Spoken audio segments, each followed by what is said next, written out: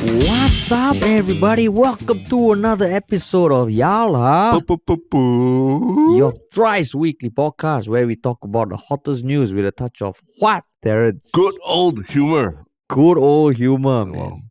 Wow. Oh, it's been a while, huh? Yeah, right before this, Harish had a hard time remembering the lines to this flubbed intro. the intro. Wow. I flubbed the intro. I think it's been a week and a half, 2 weeks. 2 weeks since I recorded. Is it 2 weeks? I don't know. Actually, I recorded once in Bali. Oh yeah. It was about 2 weeks. About almost 2 weeks. Almost 2 weeks. My God. Yeah. But last week we had the very capable guest host Rishi in the house. Right in this spot right here. And we haven't done that proper intro in a long time. Then last week's intro, how did it? I mean, we sort of improvised, like we Improvised sort of improvised, yeah. But it was not too bad. Yeah. Improvised, yeah.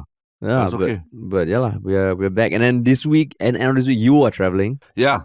So you'll be gone for about a week, 10 days or so. 10 days or so. So yeah, there probably will be some guest hosts at some point. At some point. At the Yalabat studio again. At some point. You have to get used to it. June is always a lot of people traveling. Yeah. But early July you'll be back. Yeah. Then after that will be more regular programming. And then at some point there'll be some travel again. At some point. Yeah. But yeah, it makes for interesting news month. A lot of things that we could talk about. But we always have to, we have a limited time to do it. So, yeah, because I remember in Bali when there were certain news that came out, like So Ruyong not being selected. Yeah. I don't know what the development has been since then. I don't think anything has changed. But that felt very ripe for a podcast. We released the one with him, right? But we recorded it before the announcement came out. Yes, correct. Then this week, Coldplay, just I don't know. It's just something about them announcing that they're having a sixth show annoys me. And this coming from someone who already has bought tickets. Yeah, I bought tickets already. Yeah. You just got tickets also, right? I have tickets, but I'm not 100% sure if I'll go, actually. Why? There's just this whole, it just feels, something about it just feels a bit off. I just, maybe I'll preempt you by saying that myself. Yeah, but okay, it started feeling off at what point? When they were fifth show added, sixth show added and everything. And the whole thing just felt like, if you knew this was going to happen already, why didn't you just cater for more shows at the very start? But I mean, to be fair, you never know the demand, right? Correct. Yeah, right. Yeah, that's not too. Even when they said 4 shows, already part of me was like, okay, I know Coldplay is popular, but it's like 200,000 tickets, 200,000 tickets. But I have no issue with the. I think your issue is with the exclusivity. No. Concert, right? Okay, so to a certain extent, if there are 6 shows, right? Yes. I don't know, it feels like then it depends on which day you go, unless you're going to deliver the same quality throughout. And it almost feels like, okay, if you love chicken rice, you have it once every few weeks. But if you have 6 times in 1 month, or 6 times in 2 weeks, it will lose a bit of the appeal. Right? But you don't have to eat it 6 days in a row. That's the chicken rice. That's the analogy. That's different. Yeah. It's not, I'm still having my plate of chicken rice. Yeah. But it's just that everyone else gets to eat the chicken rice and you don't like that. You don't like that everyone gets to eat the chicken rice. I don't know exactly why it annoys me, but it does feel like, okay, I cannot go this time, I'll go next week. Going to a concert by such a popular artist is such a special thing, and it almost reduces the specialness of it. It's okay, so you need to feel special. I think we've established that if you don't feel that it's special, then it's not. No, but okay, so for you, the 5th, 6th thing, why does it feel like a bit off?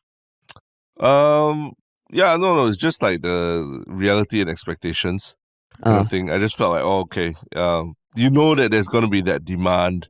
Why didn't you just cater for it as opposed to, just 4 days, we're going to add one more, and then we have to go and log in again and find out new details of how to do it and everything. But this thing, how would they know the demand? Yeah. But I don't know. But I have no issues with the exclusivity of it. Even if they had it 10 shows. Yeah. I would even maybe you should set up a petition for them to get Singapore PR or citizenship. Then they can perform here every month. No, but do you think the standard of the performance will remain the same throughout? In fact, it might be better because they get chances to practice and then get feedback from the crowd, see what works, what doesn't work and all that. Nah, man. I think if they have 10 shows, right, by the time of the 10th show, it will just feel a little going through the formality. But you think about it, does them hopping on a flight and then taking a plane to go to another place again, and then get off and set up stage and sound check again. And then after that, very tired and all this kind of thing. Does that make the show better, the next show better when they have it elsewhere as opposed to just in Singapore? There's the thrill of going to a new place. Okay, you're tired, but if everyone there is so excited to see you, and you're going to have to change things up. The thing, you imagine the first show, right? People are going to take social media videos. They're going to see it all over. If he has a wonderful message for Singapore, he's like, thank you, Singapore. I love this. I love my chicken rice. They post it. If he says the same thing, people will be like, hey, fuck you lah. You say the same thing for what? Then he has to think of like so many original things. Yeah. But then I guess he'll just do that thing that they do at concerts. Every night they will say, oh, you're the most special audience ever on this tour. Then by the end, people will be, hey, shut up lah. You said this 9 times already. 6 times in a row. Right. And that was the thing about the U2 concert, which I think turned you off from concerts lah, right? When they put up the Singapore flag. I think they put up, it was like a PowerPoint slideshow where they had a silhouette of the skyline and the Malayan there, just to say, when he mentioned, Singapore, and I'm like, what the hell is this? It looks so templatized, right? Yeah, it looks like NDP, basically. So, I don't know, man, 6 shows. I don't know whether there are other, but it feels like a Singapore residency. Like, in Vegas, they got residency. Yeah. Maybe you should start a petition for them to cut down the number of shows. You'll get like maybe 50,000 people like shutting you down. Don't know lah. Now like, don't know. It's just weird. It's weird. But that wasn't the biggest news in the past week lah. But somehow we got sidetracked talking about it. Yeah, we got sidetracked. Yeah. There've been a lot of other big news in the last couple of weeks. But we're here today to talk about some of the more interesting ones that stood out to us in the past week. Yeah. But before that, is there anything you want to say, Terence? As always, if you're new here, do subscribe to our YouTube channel. Do check us out on Spotify. Or even if you're a more old school, old soul kind of person, just tell one person about this podcast. Tell them why you like it and why they should listen to it, basically. Yeah, man. Yeah. Cool. This is the 400th plus episode. Yeah. So we can jump into the first topic. Yes. The first topic. I mean, it's an ongoing thing that is getting more exciting It's getting more exciting. It's around the Singapore presidency Yes. Basically 6 days ago, Ching, the wife of Prime Minister Lee Hsien Loong, on 14 June, put something on Facebook, talking about the role of the president and how, many things she said. Amongst that was like that the Singapore president is not meant to be an independent voice or check on the government. So she went on to say a lot of things. Interesting because in parallel with that, there's also the rise of George Goh as a presidential candidate. Yes. Right, the founder of OSIA. Harvey Norman OSIA. Harvey Norman OSIA. Yeah. He was running OSIA for a while, and he's on the board of don't know how many companies. So at the high level, Ho Ching's statement, how do you hear about it, or you chanced upon it, or you saw people chattering about it? Yeah, it's in news outlets, mostly alternative news media outlets. The motherships, the it's not on Straits Times or anything? No, right? It's not covered in mainstream media. It's not covered. Yeah. So she said basically there are 2 main roles of the elected president. The primary role is that of a head of state, representing Singapore as a nation and state, and a symbol of unity for our people. And the secondary role is to hold a second key to help safeguard our reserves and the integrity of our key institutions. And then she goes on to say that it is a very important thing to have someone who safeguards the reserves, and apparently it goes against the electorate because what she's saying is that most electorates, they're all about spend, figure out how to make money later. But she's saying that it's putting someone to almost go against the grain of the electorate. Yeah. To say, we don't spend first, let's think about it. And apparently Switzerland has a similar thing. Yeah, so she used that as an example. Yeah. She also pointed out that Singapore has yet to be tested as a nation, whether we have the ability to safeguard the reserves and build on it. Yes. I think COVID was one thing, but for a prolonged period of time, thankfully no right. And then so those main things and one thing she was clear is that it shouldn't be, and I learned a new word also. She said it is not to be an independent voice, a check on government, or an ombudsman to all the woes and ills of society. That's right. Had you ever heard of the word ombudsman? I'll admit it. I had to fire up Siri and ask, what is ombudsman? Yeah. Yeah, and that comes up. Yeah. And what is it? I think it's someone who solves the problems or fixes and heals things or investigates things In wrong general, in an organization or in an organization, corporation or something. Yeah. Yeah, but why you use Siri? You can just highlight and just put look up. Too busy for that shit, man. Also, you activated Siri. I'm walking and everything, so how to? I don't want to. Fuck, people who say they're too busy for something, nonsense. Yeah. But yeah, so I mean, quite a few people were in the post supportive of her. On Reddit, there was more chatter, and some people quoted the white paper that was put out by the PAP a while ago about the presidency, where one paragraph basically said that is to be an effective check against governmental action should the occasion arise. So I mean, just off the back of Ho Ching's post, like when you read it, any thoughts came to mind? A super interesting post because I mean Ho Ching is obviously she's not a nobody, right? She's in fact her name was mentioned at points when people were talking about potential presidential candidates as well. Her name was actually brought up as well. And obviously, she's the now retired ex-head of Temasek who is married to Lee Hsien Loong, right? Our prime minister. So, I mean, super interesting perspective given her background. But also it did make me think quite a bit, as I watched George go about his go things in the past week or so. I've been asking like people, especially older people, what they feel about this, a candidate like George Goh and all that. And I'm getting a mixture of responses, but I am hearing some of the, we need someone who's independent and we can't, I think he's talking the right things about independence and all that. And then Ho Ching's post kind of tells you that, hey, you shouldn't be thinking that way about the presidency. So that's what you read it. That's what. Yeah. I mean, it is a very direct. Obviously, it's directed at Mr. Goh, right? And what he's saying in all the doorstop interviews when he went to pick up the COE certificate of eligibility for presidential. I didn't know there was something called the COE for presidential elections. Yeah. And it's literally, I think you have to go to the election office and pick up papers. And it was quite cute because George Goh, I think a reporter asked him, why do you come to pick up the papers and all that? Then he's like, well, because I know, you all be here, the press will be here, and there's a good chance to take some photographs. And the reporter said, no, I mean, as in, why are you like overall running for president?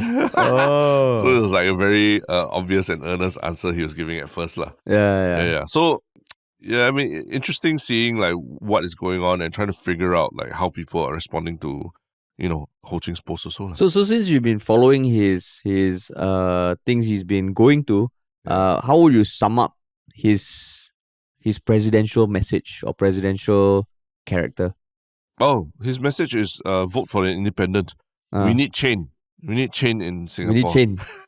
You're making fun of how he speaks, is it, Terence? I mean, the truth is, he himself says it, right? That he's not like establishment. He's not educated that way. So the way he talks is a bit more colloquial, and certain things he pronounces aren't very clear, right? So I'm not exactly making fun. In fact, I found it quite charming, right? In the sense that it reminds me a lot of like listening to Leong Man Wai in Parliament, all that very folksy, very of the people kind of character, right? So that's actually a point that came to me in the last week or so, which I can get to. Is that there are people who are very, very concerned with how he talks. And that's something interesting also. But for you, like watching all this happen in Bali and all, and then now seeing this Ho Ching post, what were you feeling like? I mean, in Bali, I was keeping track. I only watched some of George Goh's interviews today and yesterday. In Bali, I was like, okay, at least there's another candidate. At least there's another candidate for now. Yes. I know there will be a deadline that will be called once the PM says something about the presidency. Then it's 5 days before no one else can step up. Yeah. So I hope more people come forward. But yeah, one thing was, okay, at least there's another candidate. I was like, okay, who's this George Goh? I wanna find out more about him when I get back to Singapore. And then apart from that, it was just chilling at cafes, getting massage, trying not to check email or work. Yeah. So I wasn't paying much attention. I was living. I was just away in Bali, finding myself. As it should be lah. That should be. I mean, I wouldn't say that a lot has happened other than beyond his announcement. But if you can start following him on Instagram or all the social media Instagram sites. page.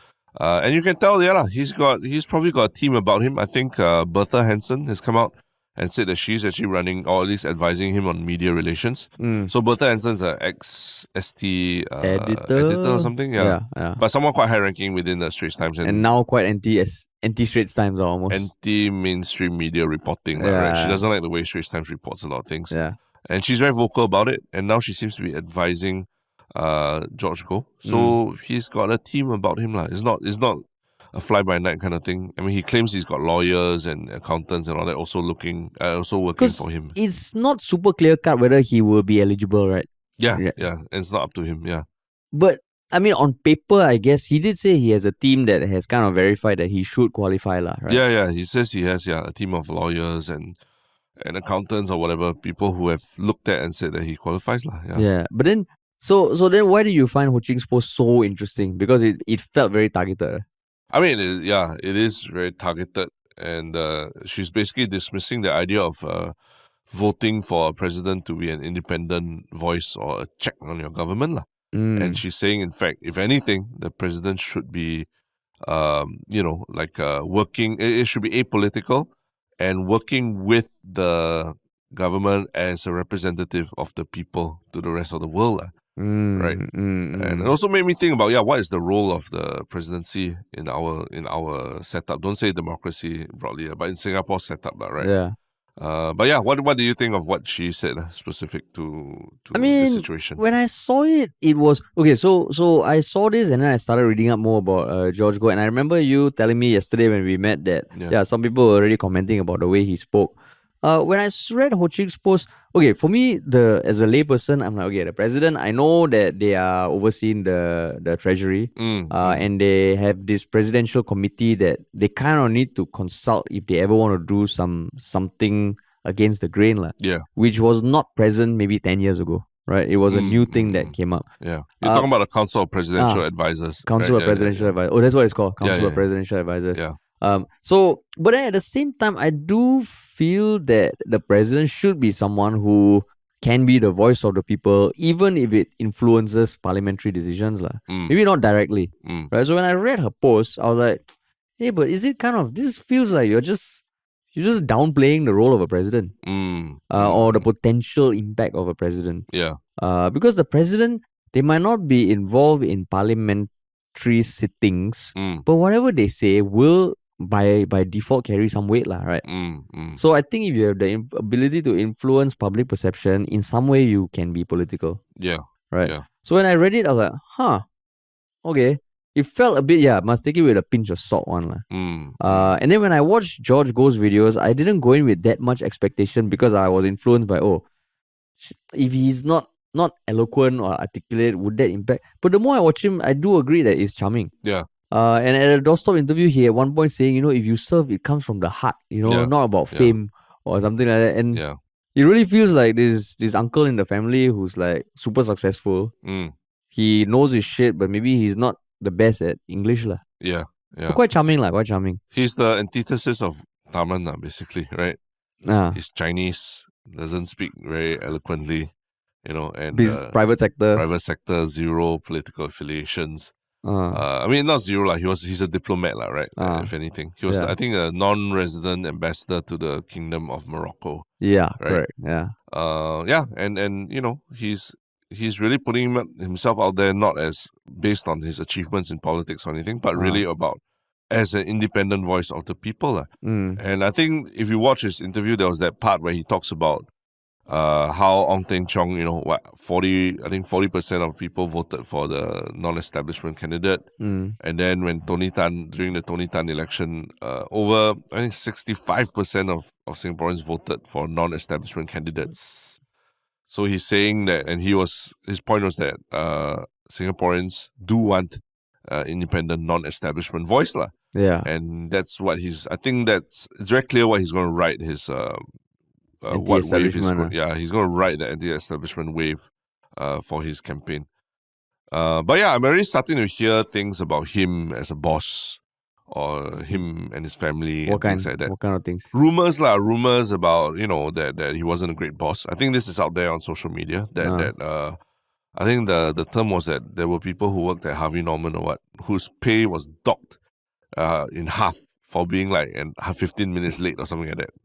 Daily, things like that, which I also had to, at first you read it like, oh wow, but you also had to take it with a pinch of salt, because like, was it under his charge, or was it a company policy, or was he the one who implemented it, or what? You don't know, right? You don't know fully. And any kind of disputes between employer and employee, a lot of times, it's hard to really say who's in the right and the wrong unless you really have all the facts, lah. Yeah. So I mean, we're hearing these things. I don't know where they're coming from, but there are people, coming out to say things about him and all, lah. Yeah. And also, there was some website that shows all the offshore companies he's affiliated to. Yes. I saw that, and then just because I think part of the thing is you have to be running a company for 3 years at least that has $500 million worth of shareholder equity. Yeah.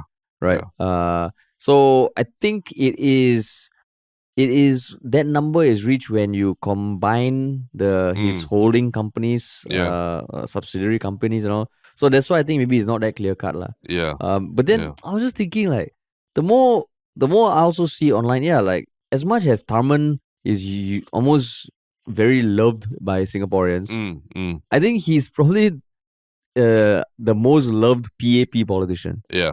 Right. Yeah. But he's still from the PAP, lah. And the more I also think, the more I read online, I think it's not. I know at the previous podcast I said, even opposition people support opposition, they will vote for Tharman. Yeah. I don't think it's that clear anymore, man. And that is interesting, lah. Yeah. And interesting. But my earlier point about the way he speaks, right? I know you and I we probably in agreement that it's quite charming, very folksy and all that.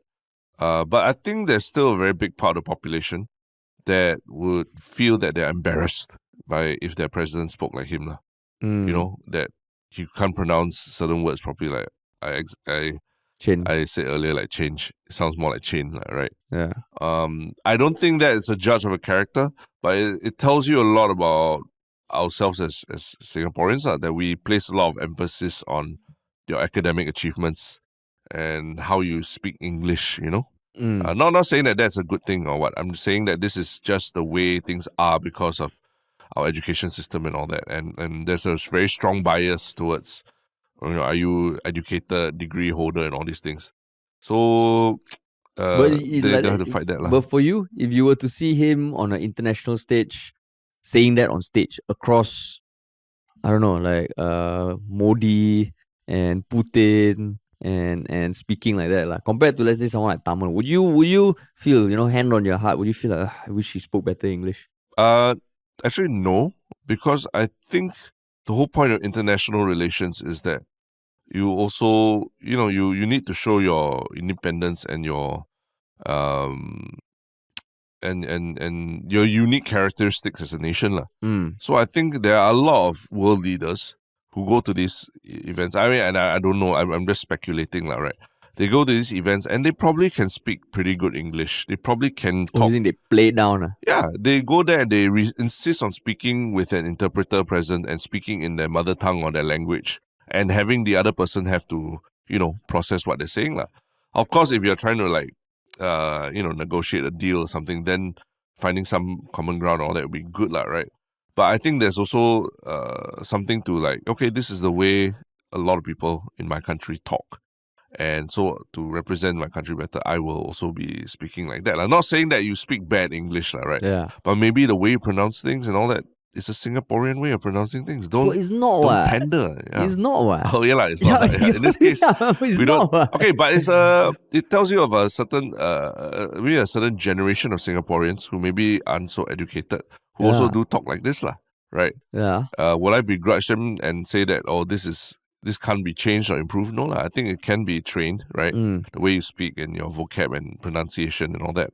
So I mean, I don't think it should be that big a deal, and I wouldn't judge him based on that, lah. Seeing if he speaks like this to other foreign leaders, lah. But would you feel like, let's say there was someone like Tarman there, would you feel a bit more like, yeah, man, that's my guy? I mean, of course, Taman, yeah, lah. He's a very good representation of like what it means to be, educated and very smart and everything, and flying the Singapore flag, lah, right? Yeah, but I still, again, like you, I also do think that there is some weight to be given to someone who is running as an independent candidate that is non-establishment, that is not like basically, like, oh, I'm retiring from politics to run for this or anything like that, like, Yeah. So I think there's some a little bit of momentum lah that he has. So I think there will be, like, in Singapore, some momentum for someone running as an independent. But I won't deny, right, if on an international stage, right, if I see Tarman, I will admit that I would feel more proud that he's the president. Why, yeah? Race? Is it a race? No. It's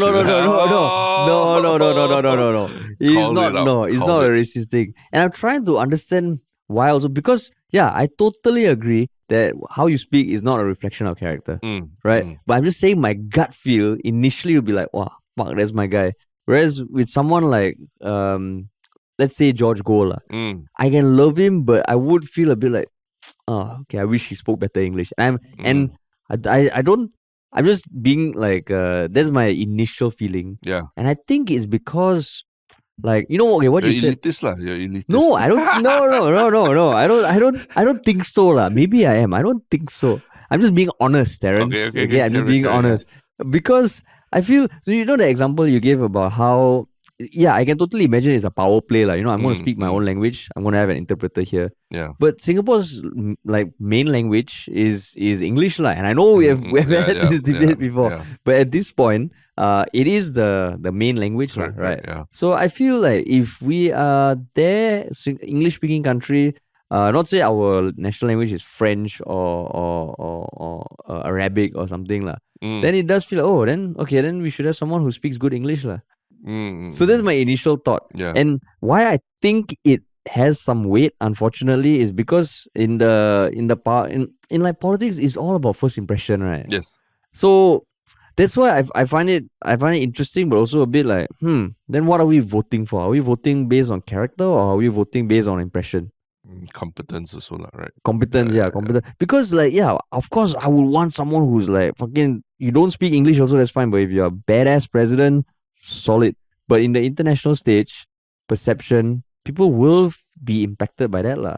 So if someone like, let's say, Peter Lim doesn't speak great English, let's say he doesn't speak great English, would he be lower down in how you view him versus other billionaires in the world? So I would say that my first impression would be different, but I need to add another layer, like, don't be a fucking asshole. Yeah. This guy, doesn't matter his English. Yeah. But I'm saying even that microsecond of, like, reflection, right? It will be a conscious thing, lah. Yeah. That you're trained to be subconscious, lah. Okay, I accept that. But doesn't that even make it like, doesn't that tell you that this guy with the way he speaks and his lack of education still has managed to create, a really good life for himself and build $1 million businesses? Must process a bit, lah. Must process a bit. Yeah. So that's why, like, there's all these steps. The first second you think, okay, just shut up. You calm that self down. Then you think, okay, he made it to this.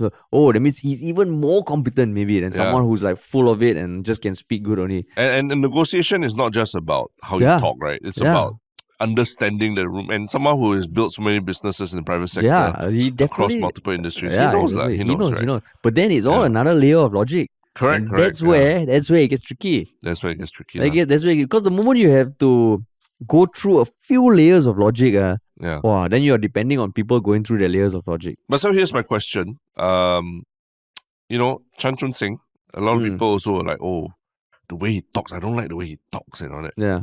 But I've also heard a lot of people who've worked with him and all said he's one of the most brilliant people in the room and he knows how to hold the space and everything. Yeah.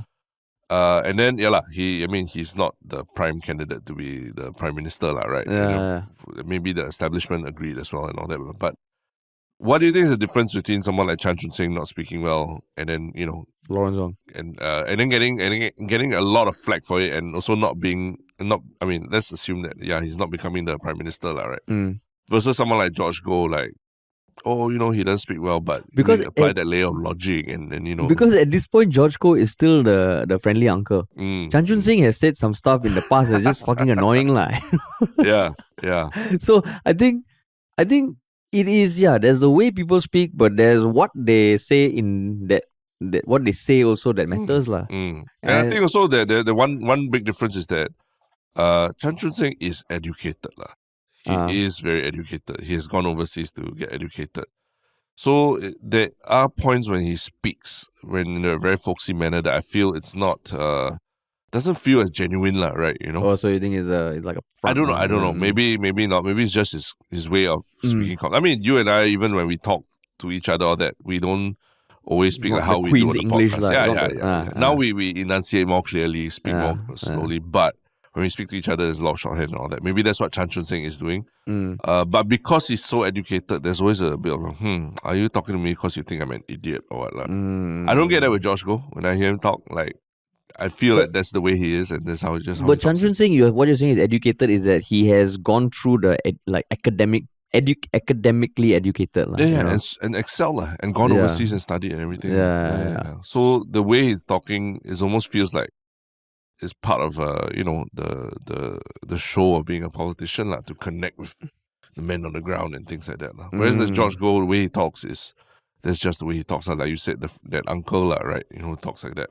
And I don't think he's putting on a thing to try and connect to people. But maybe for now, maybe with all his advisors, they're like, maybe he was like, all right, gentlemen and ladies, what should we do? And then they're like, okay, you say chain. Yeah. Say chain, don't say change. Yeah. Just cut out the last vowel and consonant a bit, and you will immediately be more relatable. Then you listen to a podcast of two of us. Like, see, these two lay people are convinced. They're saying you're folksy, your uncle, and they're like, that's wonderful. Yeah. But and to your earlier point about language, do you see the part where he spoke in Malay as well? Oh no, I didn't see that. Oh yeah, he spoke in Malay, and I mean I don't speak Malay. Because he's Malaysian-born Singaporean, no? Yeah. That's right. Yeah. I don't know whether that automatically implies that his Malay is basic. Yeah. Yeah. No, I mean, what about that? No, I mean, it's just that added to that whole folksy vibe, that he speaks Malay as well and connect with people. Although, like I know we joke about it and all, about being racist and all these things, but the truth is that there is an element of like thinking about who is representing Singapore, right? In especially I think some of the even people who have commented on subreddit have talked about this, right? The element of like how in the last presidential election, race came to the forefront, right, as an issue of as a representative of your country and the multicultural, multiracial elements of your country, right?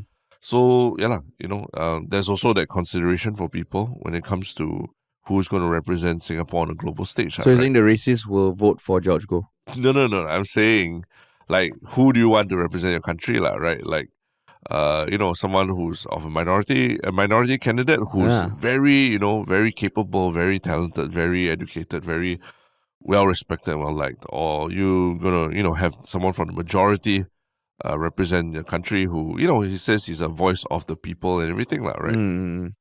So I'm not trying to draw it along racial lines, but there will be perceptions that the international community will have of your country, depending on the racial makeup. In this day and age, wouldn't a minority being president say a lot more about your country also? Correct. Yeah. So that's what I think. That was the whole thrust of the reserved election in the last presidency. The merits of which can be debated, right? But part of it was like, okay, who do we want to represent Singapore out there, right? And it says a lot when it's a minority candidate who's also a woman as well, right? Yeah. So something to think about. So I just hope that he qualifies to run. I just hope But can you imagine if he runs and Tharman loses? No? Yeah, that'd be crazy. Have you spoken to any older folks, pioneer generation, or not yet. Who what they feel about this? I mean, some generally like all in favor of Tharman. Yeah. I haven't asked about George Goh yet. Yeah. You? Yeah, that's the sense I get that it's Tharman basically. It's Tharman, man. It's Tharman, T-man. no one else. Yeah. I mean, Tharman. Okay, this candidate interesting, everything, but it's Altman, so it's no fight. But that's why, like, in Singapore, will there be there won't be presidential debates or anything, right? Not that I know of. Yeah, it's been so long since we had any. Oh, there were presidential debates between President Nathan and no, Nathan was all walkovers, but Tony Tan, there was a four-way race with Tan Jise, Tan Cheng Bok, and one more candidate, I can't remember who.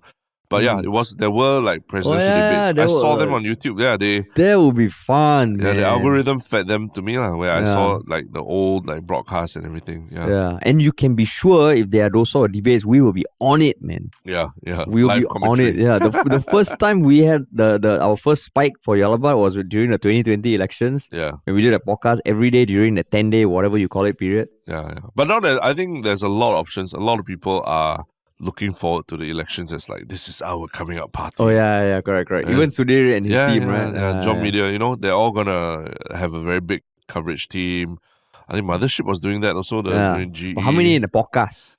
Yeah, in the podcast space. I think it's also it's just how interesting will this presidential election be that people want it. GE, Terrence, stop shitting on the dream, No, not shitting on the dream. I'm just saying that tempered expectations that it's gonna be exciting. It's gonna be as crazy as the last one, right? Where last one, you mean the election, the GE, the GE where we were doing it every day and all that, Yeah.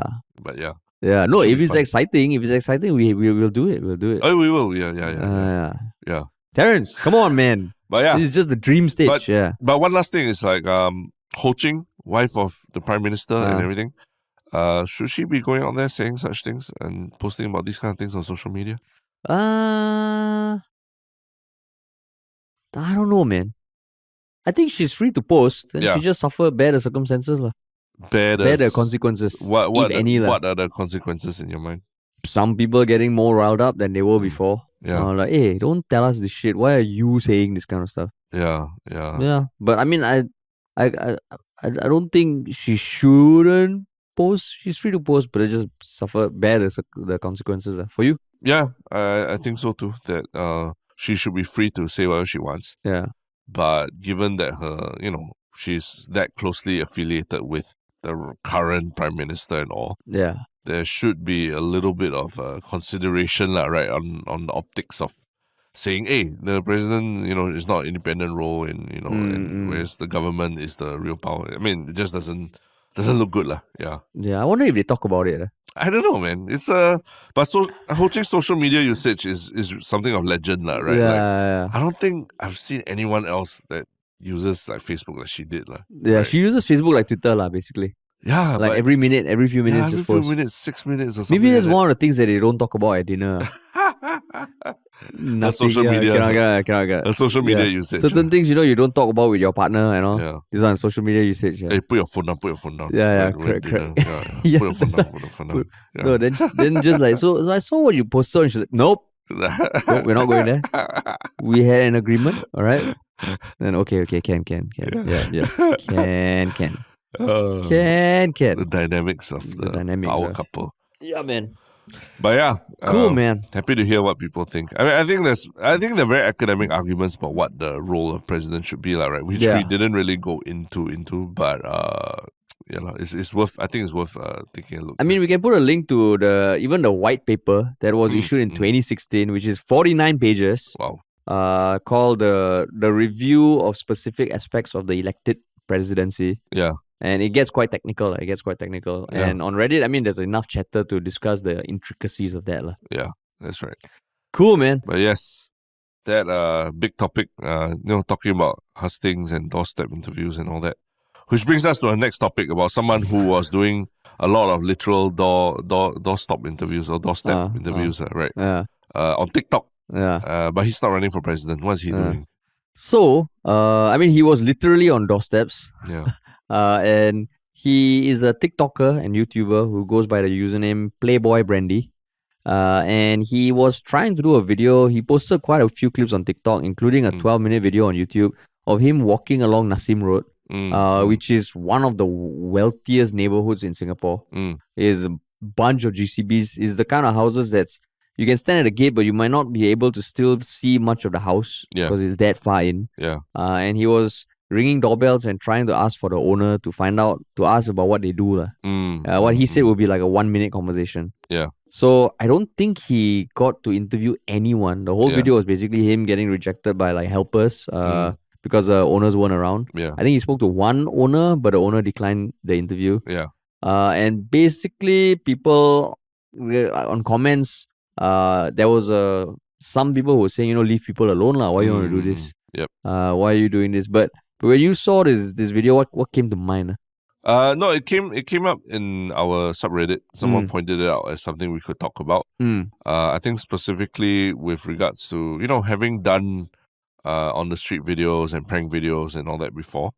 Like, is this guy doing anything wrong by going house to house and asking to do interviews? So I thought, in this time now, everyone is a content creator. And a lot of people are doing on the street content.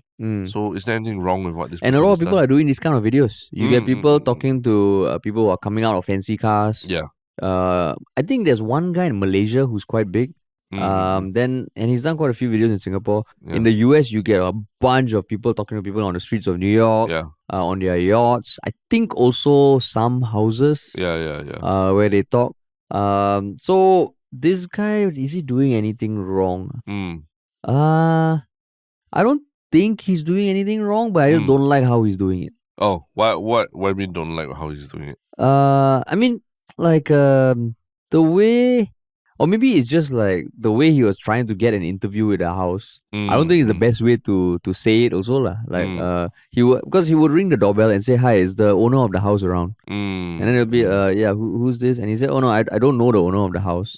I'm just making a YouTube video interviewing people and I just need 1 minute at a time." Okay. And then as he was going about, he was kind of like I don't know, it just felt like he was trying to troll them a little bit also.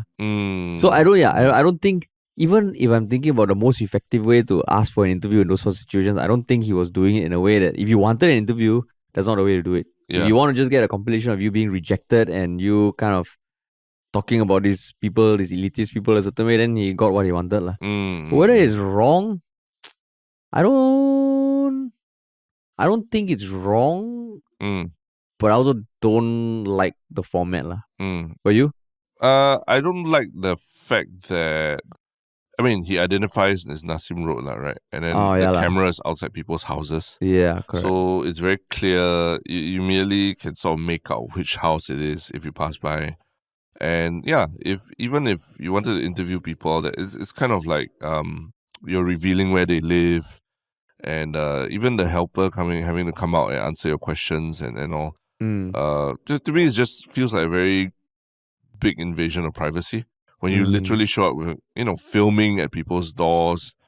And you can ask for permission, and if you get rejected, then you move on. But even the process of asking that, he also filmed those processes of asking for it, like whether you blur out the faces and all these things is a separate issue, right? But the camera's already rolling, basically. Oh, that's true. When you come to the door. And I don't like that. I think that's... it puts a certain kind of pressure on the person who, suddenly has to deal with this thing. And when people are pressured, they do things that maybe can be quite out of character. Then I captured that moment of video, and maybe that's what this person was trying to do, and I don't appreciate that. That's true, because he did blur out some faces, but he did show some faces. And I think what you brought up is a very important thing, that whenever you see videos, at least what we always try to do, sometimes if you look at our old videos, we do show the process of approaching people and talking to the interview, but it was always with their consent after we finish the interview. And if they say no, we don't show. We don't show. And like, just thinking about the videos I've seen online, they don't identify the street. And if you're doing it in a country like the US, which is so fucking big, you're in front of a big house, there's almost like there's enough generalness of the place that you can't identify. I think the definition of doxing is essentially you give someone's address and put it out in public. But yeah, like what you said, the moment you say Nassim Road, right? Yeah. It's not the longest road in Singapore. Yeah. So you already kind of know that where these people are. Yeah. Yeah, that is true. Yeah. So yeah, just not the right thing to do, lah. I think I mean, there's a way to be a content creator, and then there's this way to be a content creator. You know. But he's more famous than he ever was. Yeah. I mean, It's but the same thing. doesn't make it right. Like, it doesn't make it a good way to do it. That's why we're here to just Terence, talk as about, you right? get older, doesn't it become clear that it's not about what you do, whether it's right or wrong? Yeah, it's about how famous you are. It's about how famous you are. Whatever Josh Goh says, it's not about the fame. It's not about famous. That's what famous people say. Okay, you look at a certain comedian now who's more famous than she's ever been. Yeah. And she's not backing down, and she's milking it. So yeah, it's the fame. We're talking about this dude. Yeah. Right. Yeah. But yeah, I mean, would you, if it was you doing it, how would you have gone about it, lah? I mean, first of all, only show the process if you get the consent to. And then if you are ringing the doorbell, I would start off by saying hi, give my name, my YouTube channel, so that you're not hiding anything. Yeah. And say like, is there anyone I could speak to for a minute? Don't even say like find out what the owner wants to do, lah. That's fucking intrusive, lah. You know. So just start very broad. Make them understand you're not a creep. Just get a conversation going, and then slowly, lah. Yeah. You come out and say, the first thing you say is the owner of the house around. Yep. Who the hell is going to be open to that? Yeah. Right. So that's where it felt like, even if you want to do this, then it becomes like, wait, what are you going for? Are you hoping for people reacting to that statement to kind of paint them as assholes? Because if someone asks that, I'll be like, hey, just fuck off, lah. You know. I'll ask, who the hell are you? Yeah, who are you? Yeah. So it just felt like, Yeah. Yeah, a bit off, lah. It's like those scammers who come to your door.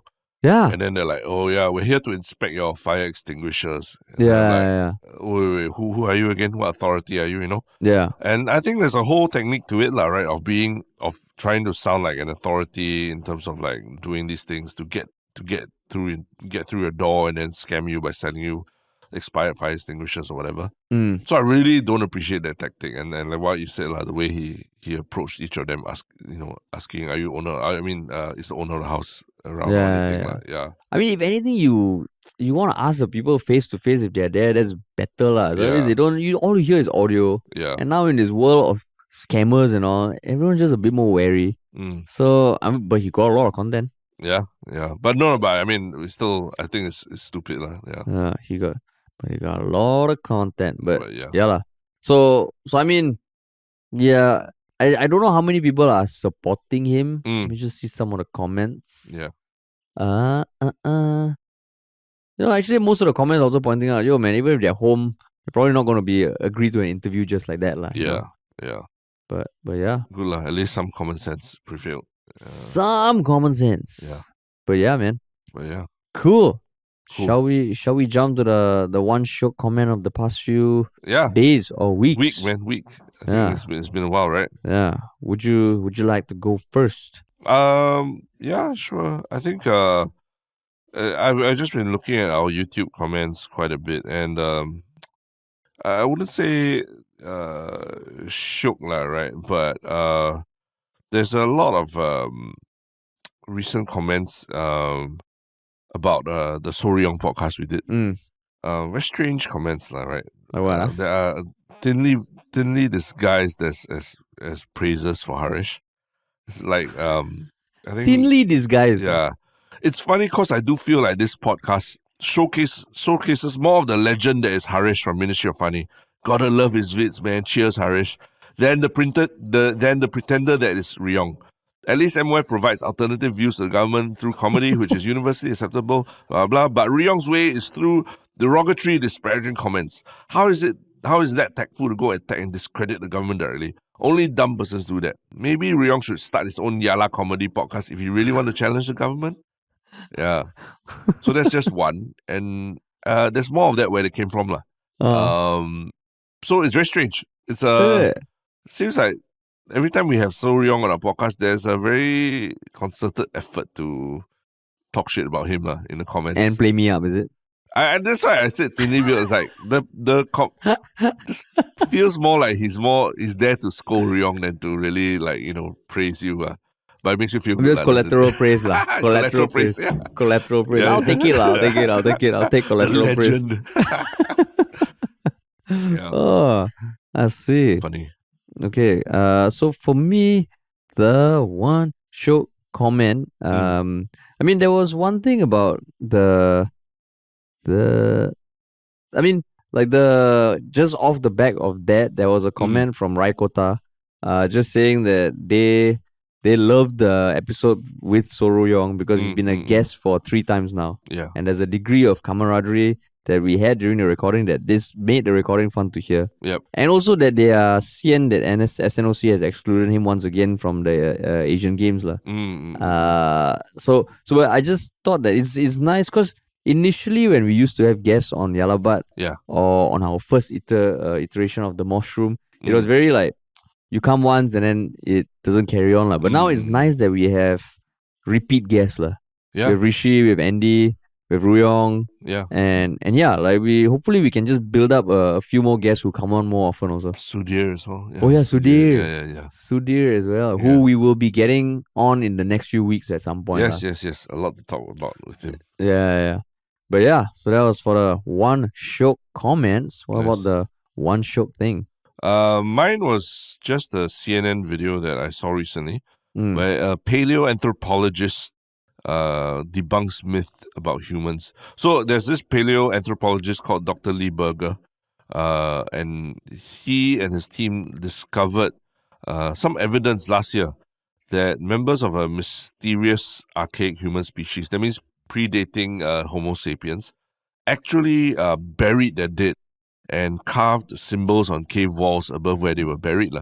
So this is a huge shock for I guess historians and anthropologists or paleoanthropologists, because I think this is evidence that even beings that were prior to Homo sapiens actually had the intelligence and the emotion to actually bury their dead and to carve things about them, in stone. Which is quite shocking because I think they were saying that this particular human species actually has brains about a quarter or a third of the size of Homo sapiens. So to exhibit that kind of intelligence actually just blows up everything that we know about Homo sapiens. Because the idea is that Homo sapiens are special and unique because of the size of our brains, and we were the first to do a lot of things, use tools, blah blah, and bury our dead. But this shows that this species was burying their dead and commemorating them with carvings and all, even way before Homo sapiens were. So that just blows everything that science knows about human intelligence. And it's not like a speculative theory kind of thing. It's like a legit debunker. It's evidence. There's evidence of it. It's newfound evidence. Newfound evidence that I think he just published a book and I think the paper came out recently. But yeah, he was interviewed on CNN and it just blows my mind that this discovery was made. But not a lot of people are talking. I mean, okay, it's got a lot of views, but it's not say something that a lot of people are talking about. But it tells you the idea of like humans as an exceptional species and everything this kind of just blows that whole thing up. Yeah. Like there was one interview recently with Sam Altman also, the founder of OpenAI. Yeah. He was at a panel in India and someone asked him, I thought quite a good question. He said, the more you do in artificial intelligence, what have you learned about human intelligence? Yeah. And he said he realizes that there's intelligence everywhere. Yeah. And human intelligence is actually less significant the more he finds out about what makes intelligence. Yeah. What else? What other kinds of intelligences is he talking He didn't about? go into detail, but he was saying that essentially if you look back, we've always started thinking we are the center of the universe. Yeah. But over time, we have just gotten further and further away from the center. Yep. And he said now he feels he's moving further away even more because human intelligence doesn't feel that special anymore. I don't know what he meant by other forms of intelligence. Yeah. But I mean, if you use like AI and all and you interact with it, part of you definitely would feel like, oh, fuck, where is this coming from? Yeah. And it's constructed by man. Oh, I So see. he's coming from that somewhat dystopian angle. And also, I mean, sells his sells his product. Sells his product. I don't know if you saw the clip that he had when one Indian VC guy asked him, like we have what would it take, like 3 super smart Indian fresh grads, like graduates with like 10 million and not 100 million in funding to build foundational models just like OpenAI and ChatGPT. He said, I would tell you that it's hopeless to compete against us, but you should do it anyway. That was his answer. Wow. And then it was like a bit awkward, and then people started clapping. So yeah, he's got Elon Musk vibes lah. Yeah. Cool. Okay. And he speaks well also lah. He speaks well. Doesn't say chin. He doesn't chin. He doesn't say chin. Yeah, he doesn't say chin. Speaks well. So my one Shiok thing is a video I saw 2 days ago that showed the rescue of someone on the ledge in Singapore by the SCDF. Oh yes. Wow, I saw that. That was a candidate for my one Shiok thing also. Yeah, wow, like I mean, it's just a video that is, I don't know, like just very, very emotional to a certain extent for a bunch of reasons. It's like you see the person standing on the ledge, it's like some auntie lah, and the whole SCDF, like their team is above 2 stories and besides, so you know that she's been standing on the ledge for long enough for people to call the SCDF. Yeah. But within like 2 seconds, they dropped the net from 2 floors above, and someone rappelled down and hugged her, and then they pulled her over the ledge. And I was reading on Reddit, apparently those people are from the disaster and rescue team. They're like the special forces of the SCDF lah. Yeah. All trained in don't know what fucking fit, and he just felt like, wow, these people literally. It's insane the way they did it. So you're looking at a person on the ledge, you're like, wow, shit, what must she be going through? And then you look at the way these people saved her life. Yeah. Just felt like, wow, these people are like doing all this, and they don't often get credit lah. Yeah. And to add to that, he rappelled down like 2 floors straight. 2 floors, yeah. It's like that kind of like one movement in just 2 floors. So it's anyone who's done abseiling or rappelling on it, you know that to be so exact about it, it's like it takes a lot of training. Because you can't see there's a ledge, right? Yeah, you have to go around one ledge and come in. It's basically you kick off and then you basically swing down 2 floors and then you have to land on the person. And the way they dropped the net with a gap towards the right, just enough for him, but he had to come close enough because the person on the ledge was going towards that gap. Yeah. Wow, so shout out to the SCDF and for doing shit like this, man. It's like watching crap. It's like watching an orchestra at work almost, right? Like all of them have to be like in sync, and like it has to be that exact. If not, like if he comes down too early or too late, it might actually turn out quite bad. The only thing I only said that he didn't get to like okay lah, not say sad lah, right? But a lot of times, what's very satisfying is watching them like rappel down, and then they kick the person who is sitting on the ledge back into the room. And in some way, you're like, okay lah, they ruined everyone's morning because of their decision and all that.